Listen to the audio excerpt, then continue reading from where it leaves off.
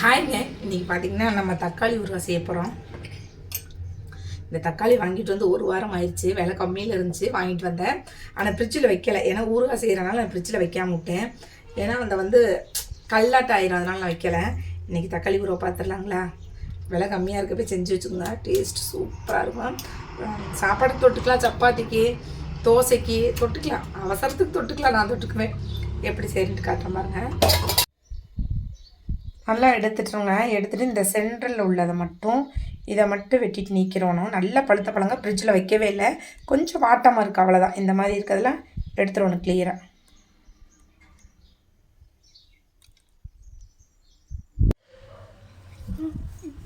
இங்கே ஒரு தக்காளியை பொடிசாக கட்டி வச்சுருக்கோம். சும்மா லைட்டாக அரை ஸ்பூன் எண்ணெய் ஊற்றிருக்கேன்.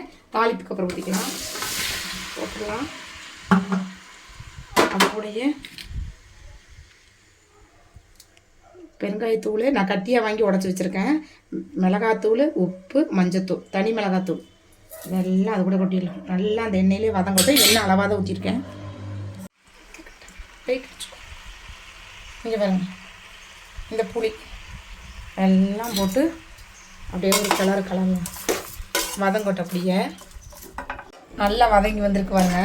இதை நல்லா ஆற வச்சு மிக்சியில் ரெண்டு திருப்பி எடுத்துக்கலாம். எண்ணெயெல்லாம் ஊற்றல, ஒரே ஒரு ஸ்பூன் தான் ஊற்றிருக்கேன். எல்லாம் போட்டு பெருங்காயத்தூள் மனம் அப்படி தூள் கலப்புதுங்க. கடுகு நல்லா தூக்கலாகவே போட்டுக்கலாங்க.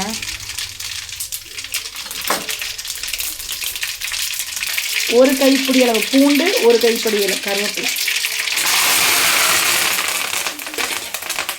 அது அப்படியே நல்லா வதங்கட்டும்.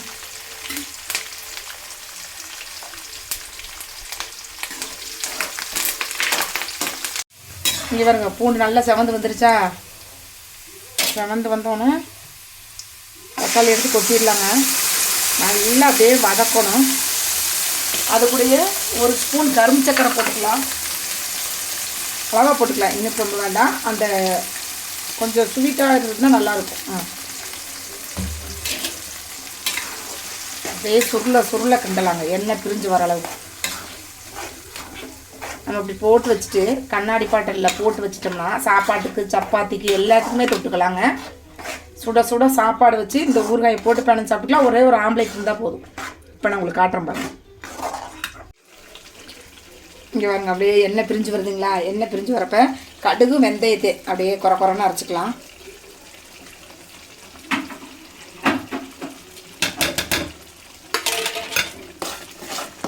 இன்னும் நல்லா எண்ணெய் பிரிஞ்சு வரணும். அப்படியே கிண்டிக்கலாம்.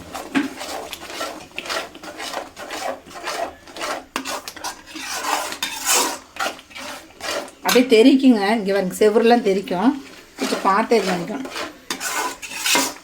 அதனால் எப்போவுமே கொஞ்சம் ஊறுகாய் செஞ்சாலும் பெரிய கடாயை வச்சு தெரியுங்க, அப்போ தான் தெரிக்கணும். 4 பக்கமும் அடுப்பில் அங்கே வருங்க, தெரிக்காமல் இருக்கும். அதுக்காக சொல்கிறேன்.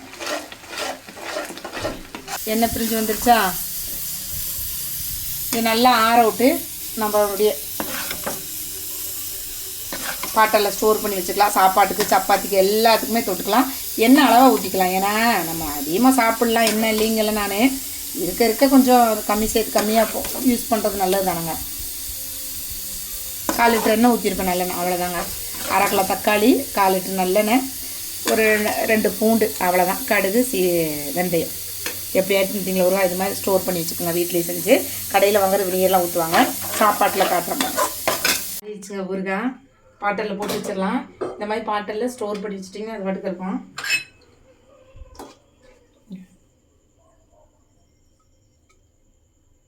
இங்கே பண்ணுறாங்க.